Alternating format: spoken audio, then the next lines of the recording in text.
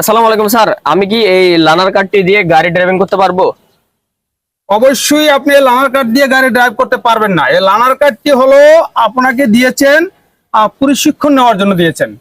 আচ্ছা স্যার, তাহলে আমাকে এই যে ইস্যু ডেট থেকে, এই যে ইস্যু ডেট হচ্ছে যে আপনার 5/2/2025, তাহলে আমাকে এই যে এই পরীক্ষার ডেটটা 16/4/2025 কেন দিল? 2 মাস বাড়তি কেন দিল? আচ্ছা, আপনাকে 2 মাস বাড়তি কেন দিল?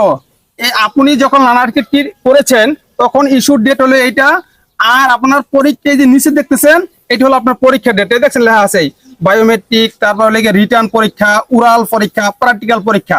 এই 2 মাস প্লাস যে ডেটটি দিয়েছেন, এই ডেটটি দিয়েছেন আপনাকে প্রশিক্ষণ নেওয়ার জন্য। আপনি এটা দিয়ে আপনি প্রশিক্ষণ নিতে পারবেন, শিখতে পারবেন। এই 2 মাস আপনি ড্রাইভিং শিখবেন, তারপরে আপনি ড্রাইভিং লাইসেন্স পরীক্ষা দেবেন। তাহলে আপনি অবশ্যই কৃতকার্য লাভ করতে পারবেন। আর যদি আপনি এই লার্নার কার্ডটি নিয়ে পকেটে লয়ে যদি ঘোরেন, ড্রাইভিং না প্রশিক্ষণ নেন, তাহলে আপনি ড্রাইভিং লাইসেন্স পরীক্ষা আপনি পাস করতে পারবেন না। ধন্যবাদ স্যার আপনাকে লার্নার কার্ড নিয়ে সঠিক তথ্য তুলে ধরার জন্য। আপনাকে অসংখ্য ধন্যবাদ। ধন্যবাদ স্যার।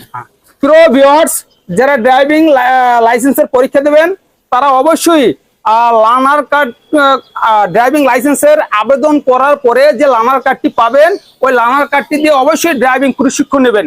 তাহলে অবশ্যই আপনারা ড্রাইভিং লাইসেন্স পরীক্ষায় কৃতকার্য লাভ করতে পারবেন। তাই আমার ভিডিওটি যদি আপনাদের কাছে ভালো লাগে, অবশ্যই লাইক, কমেন্ট, শেয়ার করবেন এবং অপরকে দেখার সুযোগ করে দেবেন। কারণ অনেক চালক ভাইরাই জানে না যে লার্নার কার্ড দিয়ে কি করবে। লার্নার কার্ডটি কি তাদেরকে গাড়ি চালানোর জন্য দিয়েছেন? নো, লার্নার কার্ডটি দিয়েছেন আপনাদেরকে ড্রাইভিং প্রশিক্ষণ নেওয়ার জন্য। কার কাছ থেকে নেবেন?